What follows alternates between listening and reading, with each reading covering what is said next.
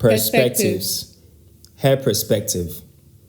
Nobody wants to walk around feeling like her own shadow might attack her, or that her only value is how she makes another feel better, more wanted or desired, more empowered, like a retired old man's libido.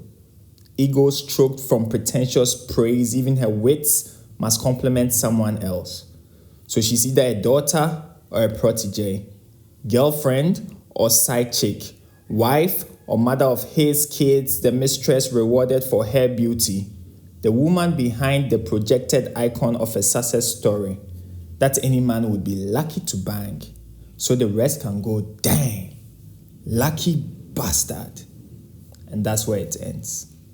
At bastard. Men are bastards. After he forced himself on her and threatened her not to tell their father, men are bastards. After she was accused of seducing Sir with her short school skirts, men are bastards. After they all had their way with her and demanded that she sucks on them after, men are bastards. After the boys from class wouldn't stop catcalling, even though they had just closed from a 2-hour lecture on gender disparity.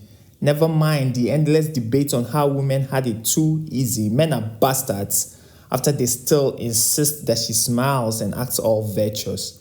Ignore the unspeakable things that were done to her when she was ignorantly pious.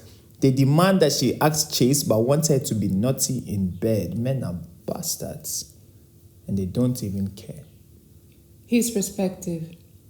He was never good at persuasion. The smarter they were, the more intimidated he was, even though he was physically more imposing. As soon as they started insisting on their rights, taking stands for equality and putting up intellectual fights, he felt less than their co-equal and more of an insignificant sight. We don't respect you. We don't want you. And now we are fighting you. He no longer seems to matter in the equation, so he chooses to be divisive instead of adding his strength as a multiplying factor.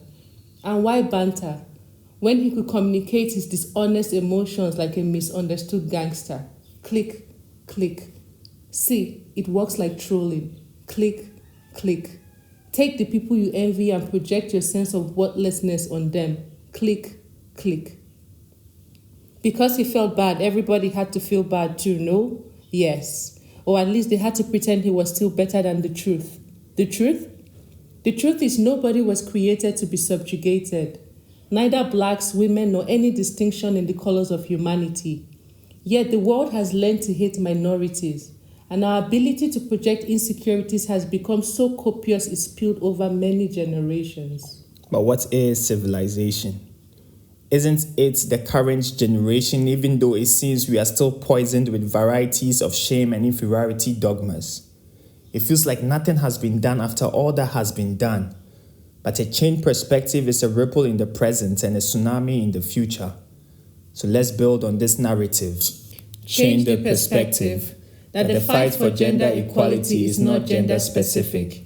Realize that this is as much of a man's responsibility as a woman's right.